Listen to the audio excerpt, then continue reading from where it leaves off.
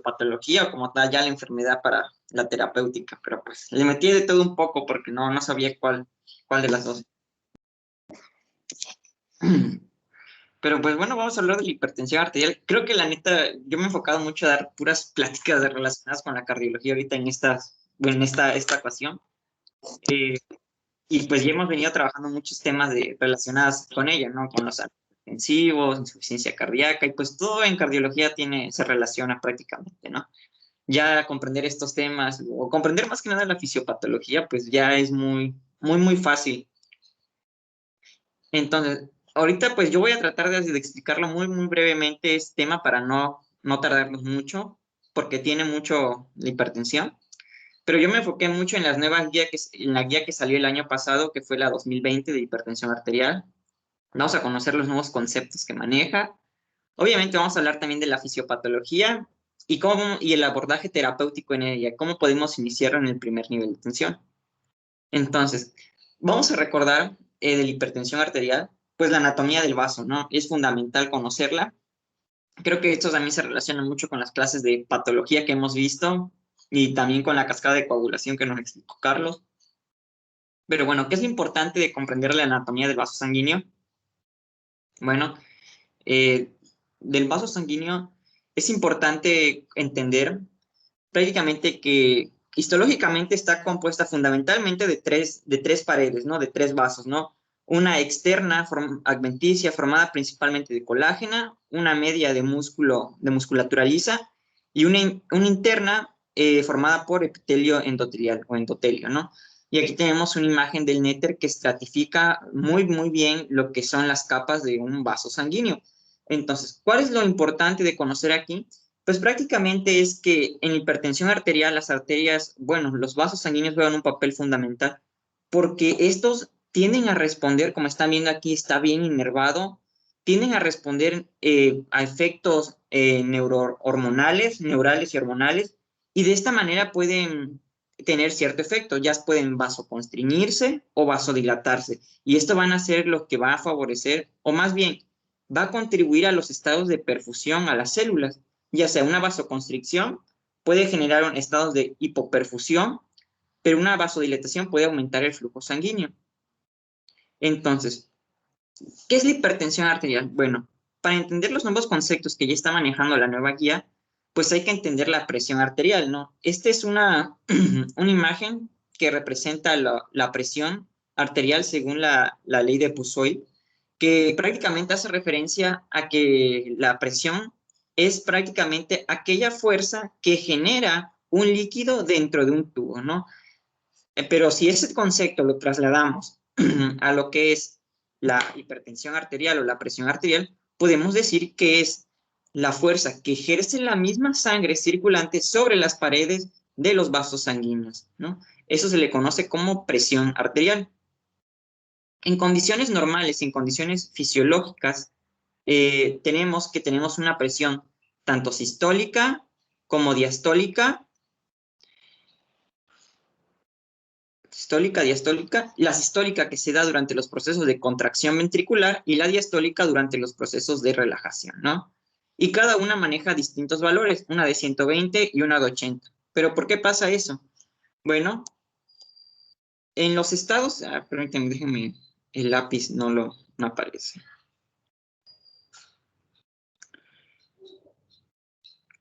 Aquí está. Bueno, obviamente, durante la presión sistólica, cuando el corazón se contrae con mucha fuerza, obviamente genera una fuerza enorme contra las paredes del vaso sanguíneo. Y ustedes recordarán en la anatomía del vaso sanguíneo, entre las capas de células tenemos ciertas membranas llamadas membrana elástica interna, membrana elástica externa, que favorecen una correcta distensión de la arteria. Entonces, cuando se está contrayendo el corazón con mucha fuerza, el vaso sanguíneo tiende también a desplazarse o a vasodilatarse con mucha fuerza. Entonces, esa presión de 120 es la fuerza con la que la sangre impacta en un principio el vaso sanguíneo. Sin embargo, ya cuando el corazón se relaja y ya no está eyectando nada de volumen, pues obviamente el vaso sanguíneo de aquí acumuló una cierta fuerza, que es como un resorte. Esto es secundario debido a las membranas elásticas. Entonces, la fuerza con la que se vuelve a retraer el vaso sanguíneo hacia sus condiciones normales se le conoce como presión diastólica y que obviamente es menor que la sistólica. Y aquí mi pregunta es, ¿por qué creen ustedes que los adultos mayores pueden tener presiones sistólicas elevadas, pero diastólicas disminuidas?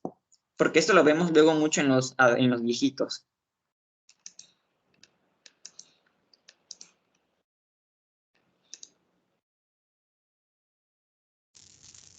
No sé. Por la capa disminuida de la elástica. Ya están. Elástica, sí. Esto tiene que mucho que ver. Otra cosa,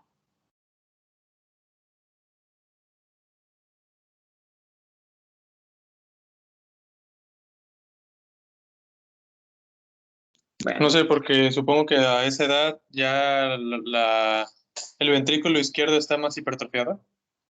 hipertrofiado podría ser, pero pues más que nada de todo eso tiene que ver con los vasos sanguíneos, eso es lo importante, ¿no? Conforme crecemos, las arterias pues sufren un proceso llamado arteriosclerosis que se van endureciendo prácticamente. La disminución de elastina y de colágena tiende a disminuir en los adultos mayores y va creciendo lo que es la colágena, que es un tejido que no es tan distensible. Entonces, el corazón durante las edades mayores puede contraerse con mucha fuerza, con 150, con 160, pero como no tenemos una correcta membrana elástica interna, pues obviamente el vaso no se va a distender tanto como lo estamos viendo aquí, sino que se va a distender menos. Entonces, la fuerza de acumulación elástica generada por las membranas elásticas, pues ya no es tan fuerte. Entonces, el paciente adulto no tiene esa fuerza tan grande de retracción, así que el paciente adulto puede manejar presiones sistólicas de 160, 150, pero puede mantener diastólicas disminuidas. Entonces, ya conociendo esos conceptos de presión arterial, vayamos a lo que es la hipertensión. Obviamente la hipertensión ya es una enfermedad en la cual esa fuerza o esa presión que está manejando las arterias, pues ya es una fuerza muy excedida, ¿no? Tanto así que puede generar un daño a la pared del vaso. Y el que va a sufrir más es el pobre endotelio, que va a ser el que va a recibir la fuerza de contracción o la fuerza o la presión de la sangre contra el vaso. Pero las nuevas guías nos dicen que más que nada es un síndrome. ¿Por qué? Porque va a afectar muchos órganos y sistemas debido a las altas tasas de presión arterial, que te va a generar obviamente diversas alteraciones en otros órganos, como es el ojo y el riñón, ¿no? Entonces, las nuevas guías nos dicen que la hipertensión arterial es ese síndrome que se caracteriza principalmente por las tasas elevadas de presión arterial por encima de 140/90 en una persona, ¿no?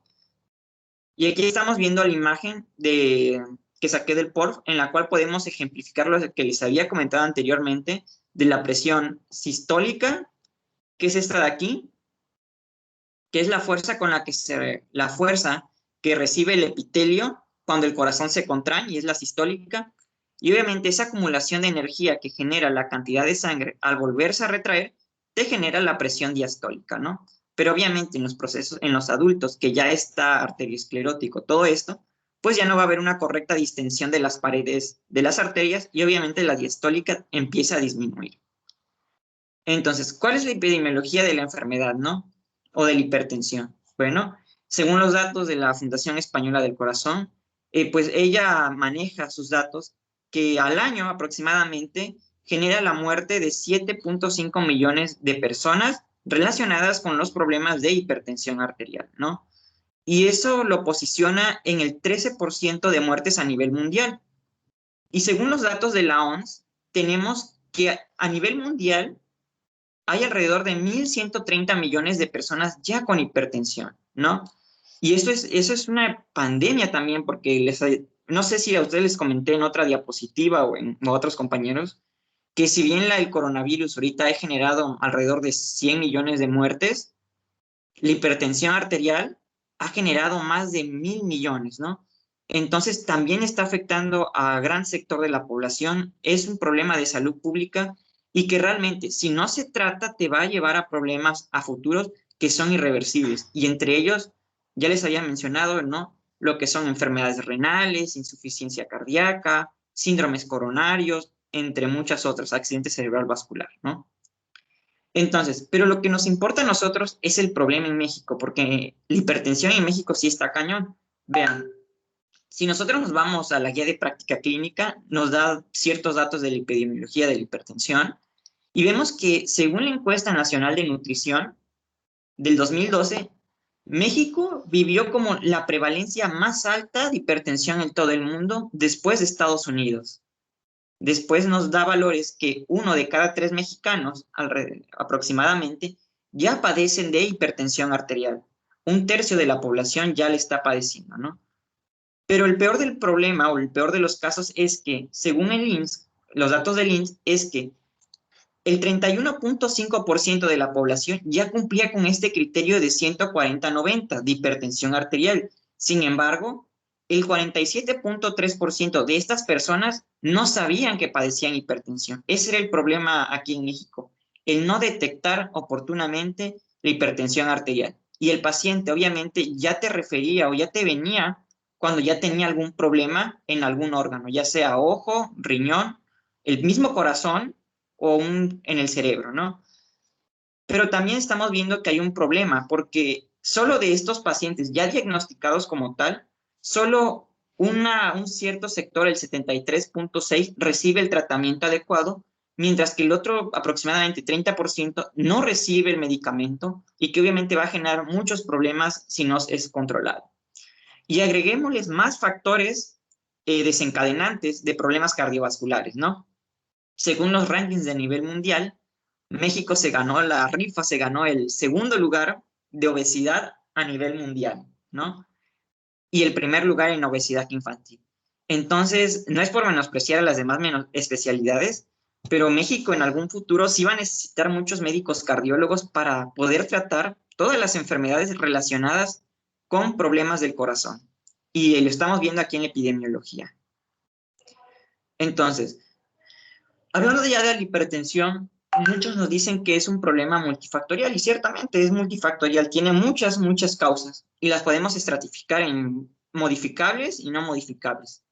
Dentro de las no modificables podemos tener que, obviamente, conforme vamos avanzando, conforme vamos creciendo, las arterias se van endureciendo, proceso conocido como arteriosclerosis, ¿no? Y esto es más frecuente en los adultos que en niños, ya que si tenemos algún paciente con hipertensión en edades jóvenes, posiblemente sea algo llamado hipertensión secundaria. Ahorita estamos tratando la hipertensión esencial, pero hay otros factores. Según los estudios SPRIM en Estados Unidos, nos dicen que los pacientes afroamericanos son más propensos a padecer hipertensión que las personas caucásicas. Pero lo más sorprendente de los afroamericanos es que cuando se les hicieron los estudios bioquímicos, a pesar que tenían mucha hipertensión, la padecían, cuando se les analizaba lo que era la renina y la angiotensina, la tenían muy baja y no sabían el por qué. Bueno, se quedaron con la duda y obviamente se dedujo que pues los IECAS no funcionaban en los afroamericanos, obviamente porque padecían hipertensión, pero no era secundario al sistema de la renina, sino a otras causas. Entonces a los pacientes afroamericanos les iba mejor con los beta bloqueadores. Otras causas no modificables tienen que ver con la genética, eso claro está. Nosotros sabemos que si tenemos una historia clínica familiar con padecimientos cardiovasculares que tengo a mi papá, a mi mamá, probablemente yo pueda padecer hipertensión a futuro si es que no llevo una correcta calidad de vida en cuanto al ejercicio o a modificaciones ahí más o menos, ¿no? De la alimentación. En cuanto a los modificables, ya podemos mencionar obviamente a los estilos de vida de cada persona. Ya la salud va a depender de ello mismo y tenemos muchos estilos de vida que nos pueden predisponer a padecer hipertensión, como es el aumento excesivo en el consumo de sal, el aumento de las grasas, las dislipidemias, obviamente el alcoholismo, obesidad, el mismo sedentarismo y el tabaquismo, que es letal al vaso sanguíneo, nos predispone a padecer hipertensión, ¿no? Y aquí estamos viendo un en contra, ¿no? Vemos que los factores de riesgo no modificables son muy pocos a comparación de los modificables. Entonces, el padecer hipertensión a veces va a recaer mucho en la misma persona. ¿Qué tanto se cuida la persona para evitar padecer hipertensión a futuro? Y ya en cuanto a las manifestaciones clínicas, bueno, la hipertensión se mete con todos, por eso las guías dicen que es un síndrome, porque obviamente la misma presión que está ejerciendo el vaso, la sangre sobre el vaso sanguíneo va a dañar progresivamente al endotelio, ¿no? Y eso se traduce con problemas vasculares, como es el daño endotelial, la formación de placas ateromatosas, la formación de trombos y de coágulos. Obviamente, al haber una vasoconstricción, el corazón tiene que trabajar con más fuerza, tiene que aumentar su inotropismo, pero obviamente al aumentar el trabajo cardíaco se va a fatigar más y va a favorecer al remodelamiento. Te va a llevar a lo que es la hipertrofia ventricular izquierda. Obviamente, al haber vasoconstricción generalizada, lo que va a pasar es que va a llegar menos flujo sanguíneo a nivel renal. Y ya cuando un problema cardíaco se mete con el corazón, se considera un síndrome muy fuerte. De hecho, hay una enfermedad llamada síndrome cardiorrenal. Pero veamos aquí ejemplificando esto, que ya cuando está disminuyendo el flujo sanguíneo al riñón, el que va a sufrir más es la corteza renal, porque vamos a empezar a ver que hay datos de isquemia. Y obviamente al haber datos de isquemia, el daño al glomérulo va a hacer que empiece a disminuir su capacidad de filtrado y va a empezar a retener más sal. Y obviamente al retener más sal, va a aumentar el volumen y también va a aumentar la presión arterial. Y otra cosa, que el cerebro, los vasos sanguíneos cerebrales, al aumento de la presión, tienden a constriñirse también. ¿Por qué? Para evitar el mismo daño a los vasos. Entonces, esto se traduce con que a futuro la persona puede padecer demencia o deterioros cognitivos cuando padece de hipertensión. Entonces, aquí podemos resumir todo esto con una imagen del néter, en el cual vemos prácticamente todas las etiologías que te pueden llevar a padecer hipertensión.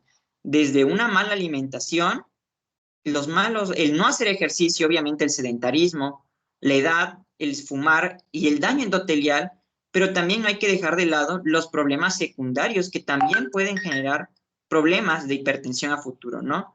Como son problemas de la glándula suprarrenal o los feocromocitomas, problemas tiroideos como el hipertiroidismo, ¿no? Entre muchos otros, ¿no? El mismo estrés, las emociones fuertes, ¿no? Que pueden activar el sistema simpático y favorecer las frecuencias cardíacas elevadas. Los periodos de ansiedad también tienen que ver. Y pues todo se traduce aquí, ¿no? Vemos al paciente, ¿quién ha visto así un paciente mexicano que es gordito, con un índice de masa corporal elevado, un perímetro abdominal extravagante, muy grande, que es fumador todavía, que es bebedor, que ya padece diabetes y pues para ellos puede parecer que están sanos, sin embargo, ya vimos los daños que puede generar a futuro, ¿no? Entonces, ya con eso pues vamos a empezar a hablar un poco de presiones arteriales, vamos a hablar de hemodinamia y los principios del flujo sanguíneo para comprender más adelante la fisiopatología de esta enfermedad, ¿no? El libro de Porte maneja que los principios de flujo sanguíneo lo podemos estratificar en 3 grupos, de acuerdo con la ley de Ohm, ya sea con la presión, la resistencia y el flujo, ¿no? Que son conceptos que ya varios de nosotros manejamos, ¿no? Entonces, y aquí tenemos 2 imágenes que ejemplifican muy bien todo eso, ¿no? La presión obviamente hace referencia a la fuerza con la que está circulando la sangre por el vaso sanguíneo, pero también a la fuerza con la que impacta al endotelio. La resistencia hace referencia a esa fricción que genera la sangre circulante sobre la pared del vaso sanguíneo en esta parte de aquí, que obviamente limita su desplazamiento, y el flujo es la cantidad de sangre que circula en un momento determinado. Y aquí tenemos varios conceptos importantes. Uno de ellos es que para que nosotros podamos considerarnos sanos, el flujo a nivel del vaso sanguíneo debe de ser un flujo de tipo laminar, como lo estamos viendo aquí, en la cual los elementos formes de la sangre, los eritrocitos, los glóbulos rojos, los factores de coagulación, entre muchos otros, se encuentren en el centro del vaso sanguíneo para que de esta manera eviten su contacto con el endotelio y aumentar la fricción. O sea, este flujo laminar lo que hace es que se favorezca una correcta circulación. Pero ¿qué pasa cuando hay un daño endotelial? Ejemplo, aquí como en la estenosis. Cuando hay una estenosis, supongamos, pues ese flujo laminar queda obstruido o es detenido abruptamente y genera turbulencias en el flujo, ¿no? Y no solo va a generar turbulencias cuando hay estenosis. Imagínense también cuando tenemos alguna placa ateromatosa o algún coágulo que esté generando alteraciones del flujo, ¿no? Y obviamente, si a esto le agregamos la hipertensión, el daño al endotelio, que favorezca aún más el engrosamiento de la arteria, pues va a condicionar aún más daño al endotelio y va a favorecer el aumento de las poscargas.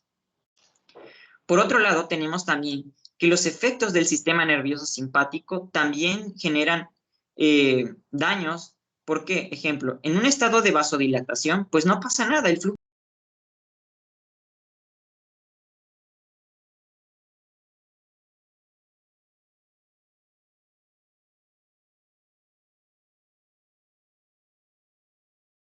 de vasoconstricción, al disminuir el radio, limita el flujo sanguíneo.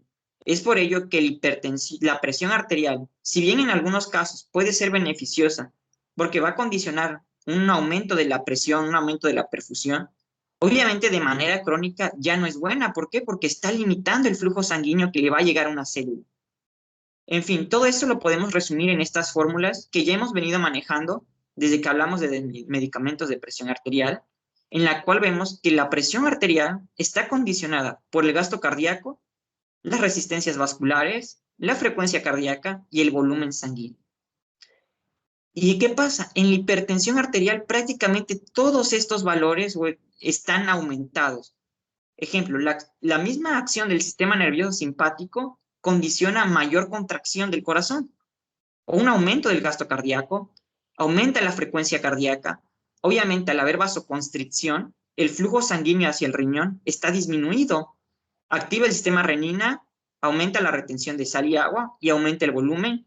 Y obviamente también la misma actividad del sistema nervioso simpático genera resistencias vasculares elevadas. Entonces, es por ello que el tratamiento en los pacientes con hipertensión es a veces con muchos medicamentos, ¿no? Uno para tratar el volumen, con los diuréticos, otros con betabloqueadores para disminuir la frecuencia cardíaca y el gasto cardíaco, o bien con los IECAS que le va a pegar tanto a las frecuencias cardíacas, a las resistencias vasculares y también al volumen sanguíneo, ¿no? Entonces, recordando un poquito todo eso, y creo que es de importancia, aquí es algo rápido, la verdad, este sistema de renina-angiotensina ya se lo deben de saber, creo que al derecho y al revés, pero es importante recordarlo rápidamente, ¿no? Obviamente, cuando disminuye el flujo sanguíneo hacia el riñón, ya sea en hipoperfusión o una hipertensión, se están generando unos ciclos de retroalimentación positiva, ¿no? Que cada vez que le llegue menos sangre al riñón, cuando le llegue menos sangre al riñón, pues obviamente este sistema de renina va a estar trabajando las 24 horas favoreciendo la producción de angiotensinógeno, que a su vez lo que genera es que por medio de la liberación de aldosterona favorece la retención de sodio y de agua y que al aumentar el volumen sanguíneo, pues obviamente va a condicionar un mayor trabajo cardíaco. A su vez, agréguenle que la angiotensina 2 favorece la vasoconstricción de los vasos y que también favorece a la hipertensión arterial. Entonces, aquí voy a rayar un poquito ya en cuanto a la fisiopatología. Déjenme buscar el marcador.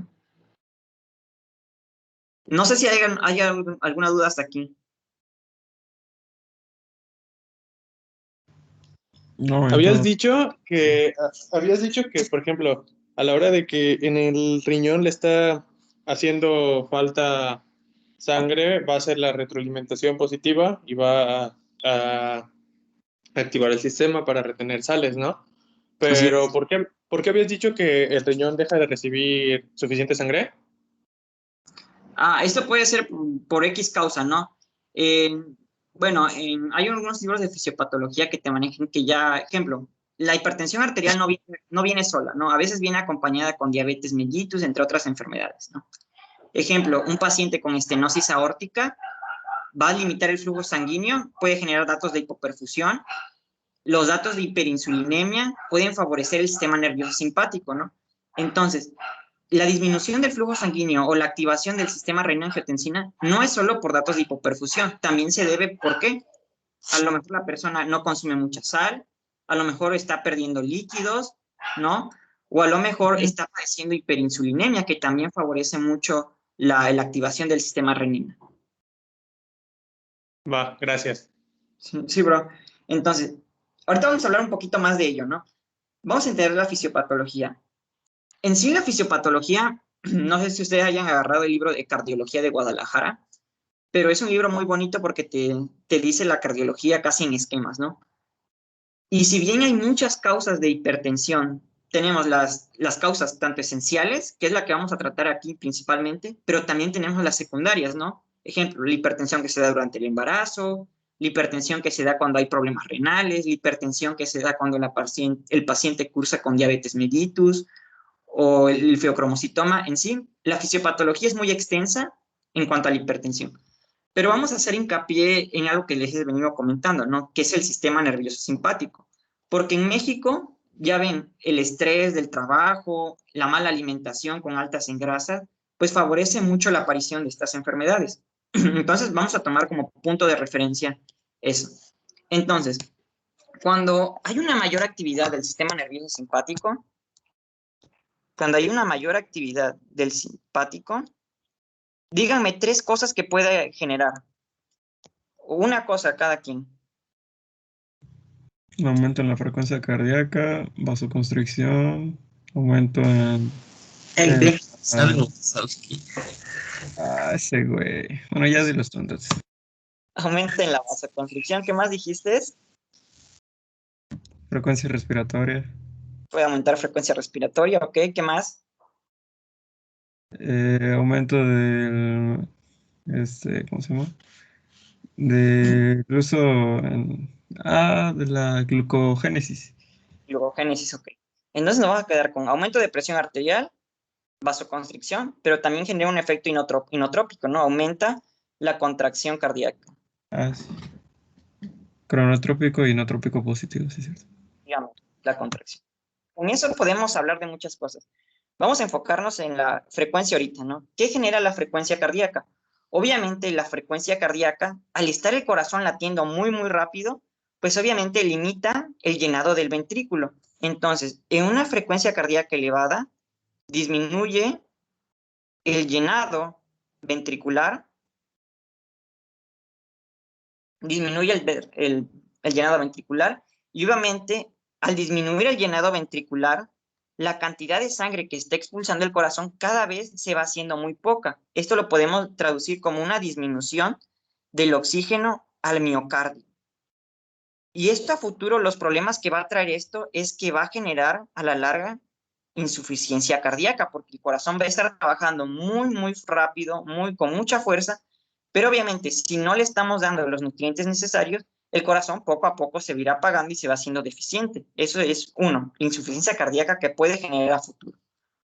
La frecuencia cardíaca también se puede traducir como palpitaciones que el paciente puede tener, que a veces puede ser uno de los principales signos de la hipertensión arterial y que a veces lo dejamos pasar por alto, ¿no? Entonces, entre la frecuencia cardíaca y el aumento de la contracción, hay un común denominador en ellos. ¿Cuál creen que sea?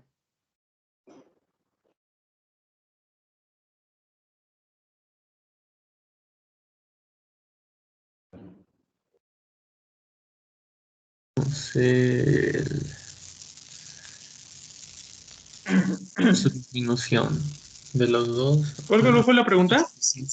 Entre la frecuencia cardíaca y el aumento de la contracción ventricular, hay un factor, un común denominador.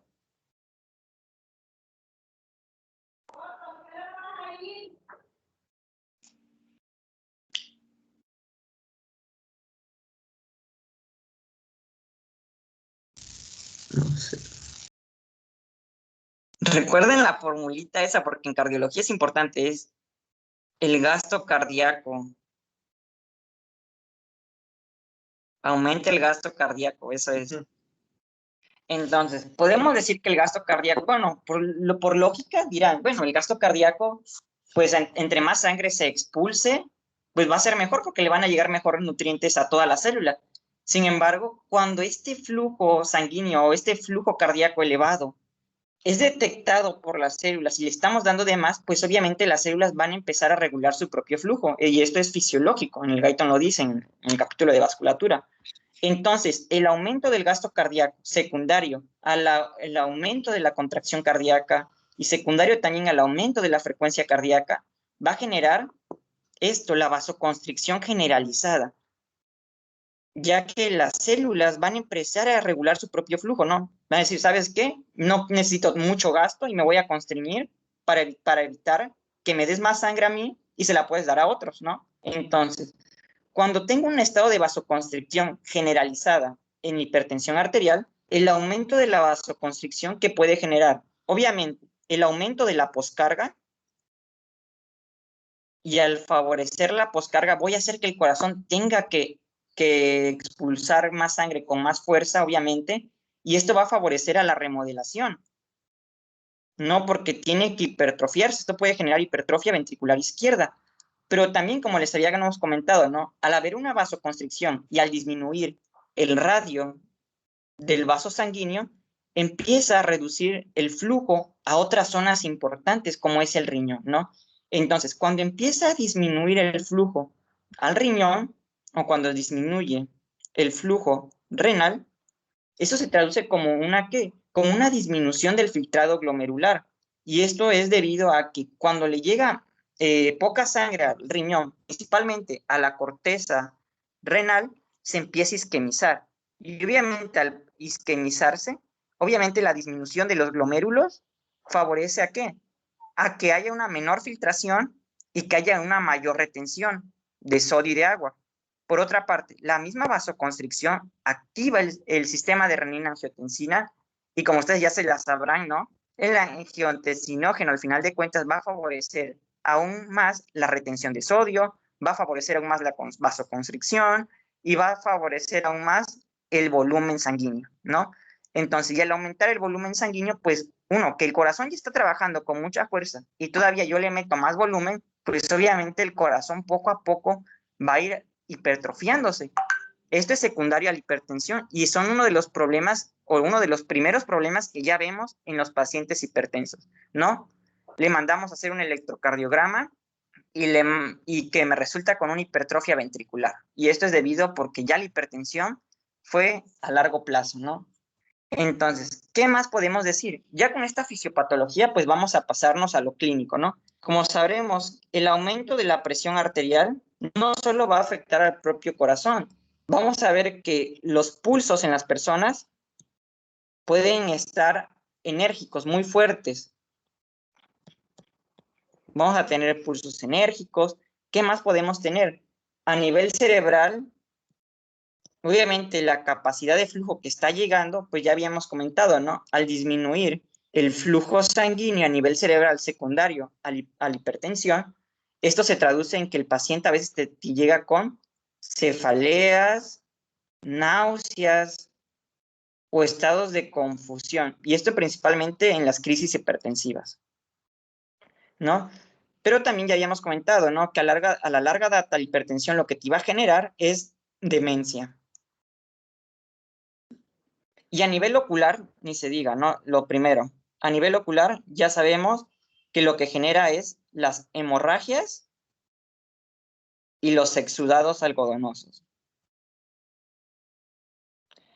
Y esas son las principales características, bueno, los principales signos que nosotros podemos detectar en un paciente hipertenso. Y solo con la exploración física. Y esto lo digo ¿por qué? Porque como ustedes sabrán, en México vimos en la epidemiología que el 47%, ya casi el 50%, no sabía que padecía hipertensión. Y esto es porque la hipertensión al principio no te genera problemas. La hipertensión te genera problemas o te obliga a ir al médico cuando ya está afectando algún órgano, ¿no? No sé si hay algunas dudas con eso.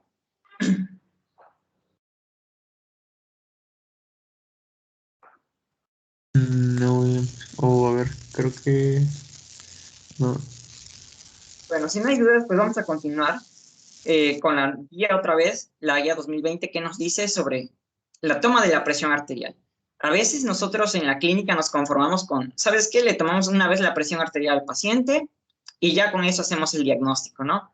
Sin embargo, pues eso ya cambió, ya hay nuevas formas de tomar la presión arterial. ¿Y qué nos recomiendan, no? Primero, siempre que vayamos a tomar la presión a un paciente, siempre hay que hacerlo en una habitación tranquila, obviamente, que el paciente se sienta relajado. ¿Con qué fin? Para evitar lo que se le conoce como hipertensión o de bata blanca, ¿no? Vamos a evitar eso, ¿no? Tranquilicemos al paciente, ¿no? Que el paciente esté sentado con la espalda erecta, pegada a la silla donde le va a tomar la presión arterial. Y sobre todo, el brazo que se encuentre a nivel del corazón, ¿no? Porque si lo tomamos más alto o más bajo puede alterar nuestras cifras, ¿no?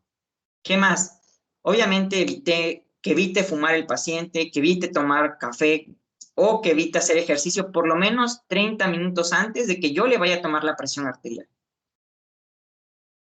No hablar tampoco durante la toma de la muestra, esto es importante también. Y sobre todo, ahora nos dicen las nuevas guías que podemos hacer la toma de la presión arterial con dispositivos electrónicos, ¿no? Y eso lo dice en primer lugar. Y en segundo lugar, deja a la auscultación, ¿no? Como que ya está dejando a un lado esto de que usar el estetoscopio para tomar la presión. Obviamente, pues hay muchas razones, ¿no? A veces se nos pasa escuchar los soniditos. Sin embargo, con los dispositivos electrónicos ya es un poco más fácil tomar la presión arterial.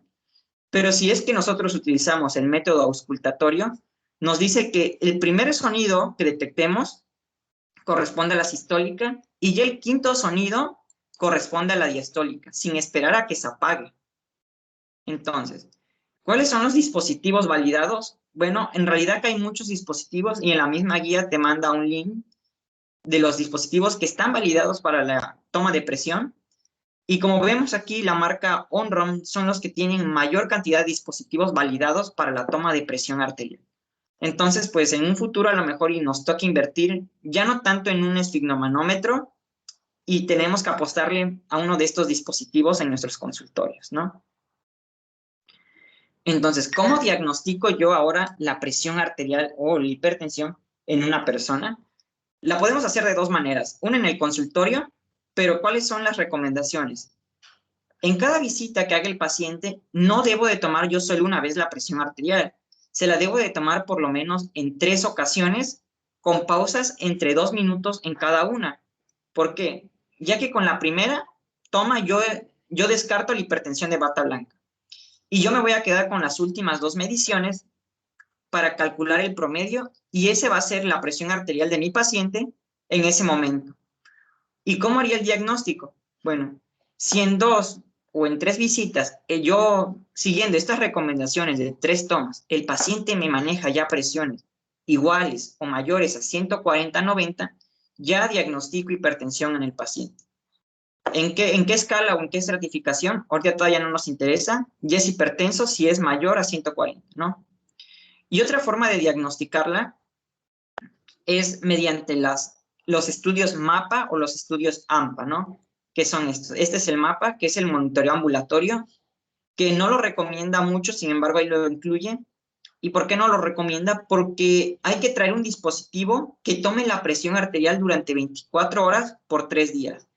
Y a veces este dispositivo puede limitar ciertas actividades de la persona, ¿no? Porque tiene que ir al supermercado con él, tiene que acostarse con él, tiene que tomar baños de esponja con él sin quitárselos. Sin embargo, el otro estudio que es el AMPA, con los dispositivos electrónicos, creo que es el mejor, ya que el paciente se toma la presión arterial 3 veces al día y con los promedios de 6 días nosotros podemos hacer el diagnóstico de hipertensión. Entonces, si nosotros hicimos el diagnóstico de hipertensión en nuestra clínica, lo normal, según las guías, es que, o lo óptimo, es que se encuentre por debajo de 130/85, ya no 120, ¿no? Que decía la guía europea. Ahora, lo mejor, bueno, menor de 130/85 está bien el paciente. Sin embargo, si el paciente ya me viene manejando con esas presiones que les comentaba, mayores o iguales a 140, ya lo consideramos con hipertensión. Y si ya está entre 140, 150, 90, 99, ya podemos meterlo en un grado de estratificación, grado 1, y si es mayor a 160, en grado 2, ¿no?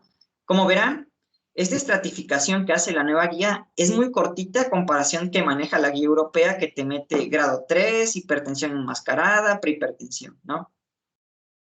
Y en cuanto al monitoreo ambulatorio, con los mapas y los AMPA, vemos que si la presión arterial de una persona en un día entero es mayor a 130, probablemente es hipertenso. Y si en el monitoreo ambulatorio con dispositivo electrónico veo que es mayor a 135-85, ya podemos hacer el diagnóstico de hipertensión en nuestro paciente. Pero lo que nos interesa a nosotros no es la terapéutica. ¿Cuándo yo voy a iniciar el tratamiento clínico en estos pacientes?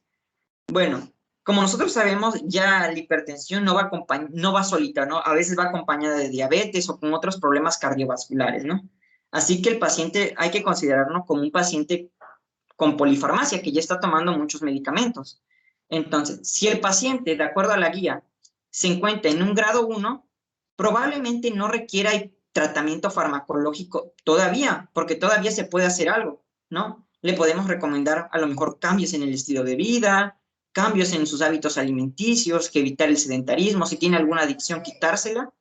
Pero si nosotros ya detectamos que el paciente ya tiene un grado 2 o un grado 3, y aunado a eso le agregamos factores de riesgo cardiovasculares, ya sea por las familiares, pues obviamente tenemos que iniciar el tratamiento farmacológico, pero a su vez también tenemos que hacer intervenciones en su estilo de vida, ¿no? Entonces, para los pacientes, aquí lo estamos viendo, que ya manejan presiones arteriales entre 130 y 139, lo primero, lo que se recomienda es intervención en el estilo de vida. Nosotros reevaluamos al paciente en 6 meses. Si no mejoró, probablemente es que ya la intervención en el estilo de vida no sea muy beneficiosa. Entonces ya podemos implementar lo que es el tratamiento o la terapéutica en estos pacientes administrando ya ciertos fármacos. ¿Pero qué fármacos? Los que ustedes quieran, los que ustedes ya conocen y mejor aún, basados en la evidencia, ¿no? Entonces, si nosotros tenemos un paciente hipertenso de grado 1, los principales estilos o cambios en el estilo de vida que debemos de implementar en estas personas, lo principal es disminuir la ingesta de sal. Algo que les recuerdo de nuevo es que el sistema renina-angiotensina en estas personas está alterado y está trabajando mucho. Por lo tanto, está reteniendo mucha sal. Y si yo todavía le meto más sal al paciente con las comidas, pues lo voy a hipertensar más, ¿no? Así que hay que disminuir la ingesta de sal, que es lo primerito que te recomienda cualquier médico para disminuir la presión arterial.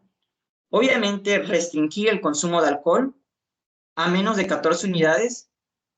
En la guía mexicana dice que en ciertos casos sí es beneficioso el alcohol o el vino, pero de manera moderada, ¿no? No sobrepasar los 125 mililitros a la semana y te va a ir bien. Y al contrario, en vez de incrementar la presión arterial, puede favorecer a disminuirla, ¿no?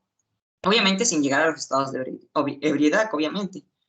Y obviamente cambiar esas dietas hipercalóricas a dietas muy ricas en lo que son grasas, ¿no? Grasas buenas como es el pescado, los frutos secos, el aceite de oliva, ¿no? Implementar eso en el paciente y vivir de maravilla. Obviamente también hay que implementar el ejercicio en esta persona, ¿no? Por lo menos 30 minutos al día o 150 minutos a la semana, y con eso tiene el paciente para llevar un buen estilo de vida, ¿no? Y favorecer a disminuir la presión arterial. Y aquí estamos viendo, ¿no? Cómo tenemos que pasar. Levantó la mano. No sé qué. ¿Sí? ¿Quién levantó? Y es que tengo una duda. Por ejemplo, si estamos tratando con pacientes de escasos recursos, ¿cómo les vamos a recomendar que cambien su dieta a, no sé, aceite de oliva o a que coman pescados si realmente están caros? O sea, ¿qué se recomienda hacer en esos casos? Esa es una buena pregunta, fíjate. Una vez, bueno, no me gusta decir esto, pero una vez andaba platicando yo con un nutriólogo de aquí de Loma, que está en el IMSS, y yo le hice una pregunta similar: ¿cómo es que se atreven los nutriólogos pues a dar o a cambiar drásticamente los estilos dietéticos o alimenticios? Y nos dijo que en México prácticamente la mayoría se va a morir por eso, porque a veces llevar una correcta alimentación no está circunscrita a las personas pobres, ¿no? ¿no? Porque las personas ricas son las que tienen más posibilidades de adquirir estos alimentos, ¿no? Como les acabo de mencionar. Sin embargo, en las guías españolas sí manejan otros estilos de vida, que es la dieta mediterránea, en la cual obviamente vamos a evitar la ingesta de sal, ¿no? Pero vamos a introducir, si no, estos aceite de oliva o pescado, pues vamos a implementar más que nada el consumo alto de vegetales, frutas y verduras, y con eso, nada más. Pero obviamente eso va a depender Gracias, William. de cada médico, ¿no? Cada médico debe de estratificar a su paciente y darle de acuerdo a sus posibilidades. Por ejemplo, yo no te voy a recetar a ti, no sé, a un paciente con alguna enfermedad cardíaca, no le voy a recetar un trasplante o algo así cuando yo estoy viendo que el paciente no tiene los recursos o las posibilidades para hacerlo, ¿no? Debo de yo estratificar a mi paciente y hacerlo mejor por él, ¿no? Darle lo que más se ajuste a sus estilos de vida. Entonces podemos así como que decirle al paciente que coma pues un poco más sano, pero ahí sí decirle que definitivamente quita la sal por completo y eso podría compensar un poco lo demás, ¿no? Y agrégale que todavía haga ejercicio, ¿no? Agrégale ejercicio, que evita el sedentarismo para compensar los nutrientes, ¿no? Y también le de maravilla. Ok. Gracias. Sí, nada. Bueno, esto es en primera instancia, lo que primerito También, debemos hacer en... Quería hablar. ¿Perdón? Sí, que algo que no he escuchado hace muchos médicos decir de cuando están dando las recomendaciones del paciente, que no reutilicen el aceite, porque pues eso es algo que hacen muchas personas, más de lo que creemos. Usan el aceite y lo vuelven a usar. Entonces, eso hace que ese igual es factor. Y que, pues te digo, o sea, casi no lo he escuchado que lo dicen, pero es súper peligroso. Hicieron una prueba, hicieron una prueba en la que checan pues usan la misma marca de aceite y con una reutilizada nada más, era casi el doble de dañino. Entonces, es igual que recomiendan esos pacientes que no estén reutilizando el aceite. Sí, es frecuente, ¿eh? De hecho, mi familia luego lo hacía y créanme, no, que a mí me generaba eso al ver eso, hacía luego mi mamá, y dije, por Dios, no hagas eso, que es dañino. Y pues obviamente que si no hacían caso, pues yo ahorraba y me compraba mi botellita de aceite español y ahí lo tenía, dije, a mí hazme mi comida con este aceite. Pero sí pasa, ¿eh? Bueno, pues no sé si hay otro comentario que quieran hacer.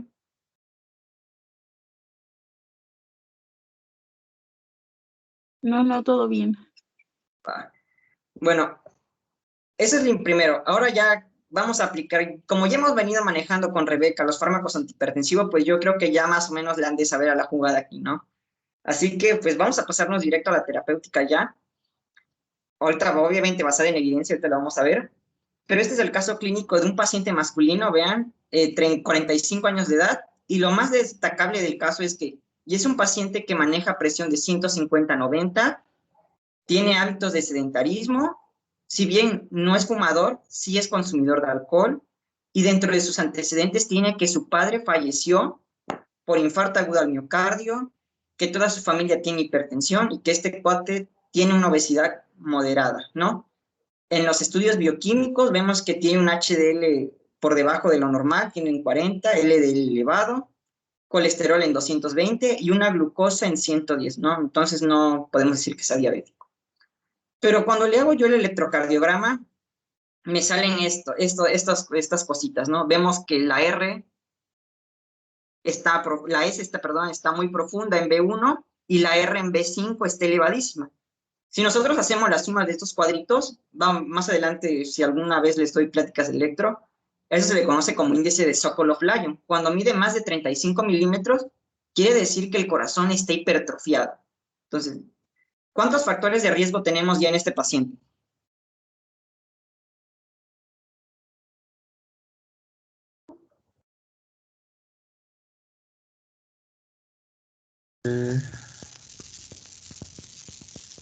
Presión. Bueno, sedentarismo. Sedentarismo es 1, ¿sí? 8, 9 son más o menos. A ver. alcoholismo, el papá del infarto, Ah, pues todo. obesidad. Negritas, bueno, obesidad, hipertensión, sedentario, alcohol, los antecedentes, la edad avanzada. Y también el simple hecho de ser hombre también ya lo condiciona a padecer hipertensión, ¿no? Y ese Hombre, es otro factor. Por un demonio lo que me falta. Y obviamente el programa ya con datos de hipertrofia ventricular, ¿no? Entonces, según la guía 2020, nos estamos basando en esa. ¿Qué le hago? ¿Lo mando a su casa o le inicio el tratamiento ya? una palmada en la espalda y a casa. Lo tratas No, pues, como vida saludable, ¿no? Vida, cambios de hábitos. no, porque no, en ese caso ya es, o sea, ya no está, ya se recomendaría iniciar con tratamiento farmacológico porque va a estar muy complicado regresarlo a la normalidad. Exactamente. Vean, estratifiquemos. Uno, ya tiene presión arterial de 150/90, ¿no?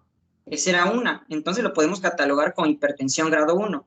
Si bien la guía nos decía, en grado 1, pues a lo mejor y con la actividad física y los cambios en el estilo de vida mejora, agréguenle que este cuate tiene más de 3 factores de riesgo, entonces ya está en el riesgo elevado de padecer cardiopatía futuro.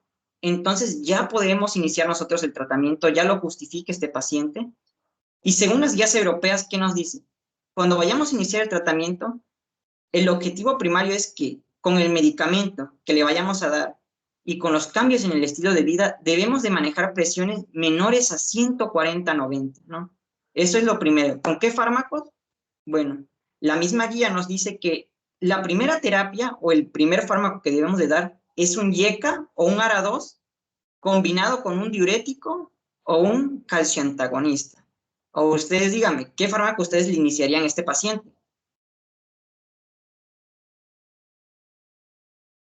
Enalapril, Enalapril podría ser muy buena. ¿Con qué otro fármaco? Antiacídico, antiacídico. No sé. Pero un diurético de muy baja potencia, ¿cuál creen que sea? ¿Cuál le darían? la hidroclorotiazida, Perfecto, hidroclorotiazida. Entonces podemos hacer esa combinación, ¿no? Esos dos fármacos ya los tenemos, pero ¿qué nos dice la guía? Que el fármaco que le vayamos a dar sea combinado, o sea, que vengan dos en una pastillita. ¿Por qué? Porque recuerden, el paciente hipertenso a su vez ya tiene otros problemas asociados. Entonces, si yo le agrego más pastillas a su dieta o a su estilo de vida, pues obviamente puede ser que el paciente se estrese con tanta pastilla, que se le olvide una dosis y que al final de cuentas me abandone el tratamiento, y que es lo que yo no quiero. Entonces, los fármacos que yo puedo iniciar es, como dijo Rebeca, el anapril o captopril con hidroclorotiazida de primera instancia o de primer nivel. Con eso ya lo controlo. Pero si el paciente me genera tos secundario o angioedema secundario al uso del YECA, bueno, cambio el captopril y le cambio por losartán hidroclorotiazida, y también es una mejor manera o una correcta manera de iniciar la terapéutica en estos pacientes. Y obviamente, como no somos cardiólogos, la valoración la debe realizar un médico especializado en problemas del corazón. Nosotros de primer nivel, nosotros debemos de iniciar este tratamiento de manera básica. Ya el especialista dirá si cambia fármacos, le corrige dosis, si es que el paciente ve que no mejora. Y por último, este es un cuadrito, un hexágono que venía en la guía del 2013, que ya no viene en la 2018, pero que es muy bonito. ¿Por qué? Porque nos remarca, hace un recordatorio muy rápido de cómo podemos iniciar la terapéutica en el paciente hipertenso. La línea roja nos indica que el YECA y el ARA2 nunca se pueden combinar. Sin embargo, yo puedo combinar el YECA con el tiacídico, como vimos acá, la captopril hidroclorotiazida, o bien un ARA2 con un diurético tiácido, losartán hidroclorotiazida, y con eso yo puedo iniciar el tratamiento en estos pacientes. Y pues en las conclusiones, ya podemos decir que la tensión arterial es la fuerza que ejerce la sangre sobre las paredes de todos los vasos sanguíneos, que el diagnóstico, de acuerdo con las nuevas guías, son las presiones iguales o mayores a 140 en 2 o 3 tomas en la visita clínica, que obviamente, pues, como les había comentado, ¿no? Hay más etiología modificable que etiología no modificable. Entonces, el mejor tratamiento siempre es prevenir. Y como les había comentado a otros compañeros, la hipertensión arterial es una de las principales enfermedades cardiovasculares que te va a generar muchos, muchos problemas a futuro, pero que sin embargo es una de las enfermedades cardiovasculares que más se puede prevenir con cambios en el estilo de vida. Que obviamente la presión arterial va a estar determinada por el inotropismo y la cantidad de sangre que bombea el corazón, y que lo primordial, que siempre que todo paciente, por favor, valoren la presión arterial. ¿Por qué? Porque es una enfermedad silenciosa que en un principio no genera signos y síntomas, y el paciente ya te llega con problemas, ya con problemas renales o problemas cardiovasculares, como son síndromes coronarios, cardiopatía isquémica. Entonces, lo mejor es prevenir, ¿no? Y prevenir en el sentido en el que todavía se puede hacer algo por mejorar la calidad de vida de nuestro paciente. Y por último, pues como habíamos comentado, ¿no? Si bien la hipertensión te genera muchos problemas a futuro, muchas de sus causas son prevenibles. Y pues por mi parte eso sería sería todo. La verdad se los traté de resumir mucho porque las guías son largas, pero aquí está mi referencia, que es la guía de práctica clínica de aquí de México y el POR de fisiopatología. Pues ya, muchas gracias. Perrísimo, William. Con Este todo. Williams. Muy perro.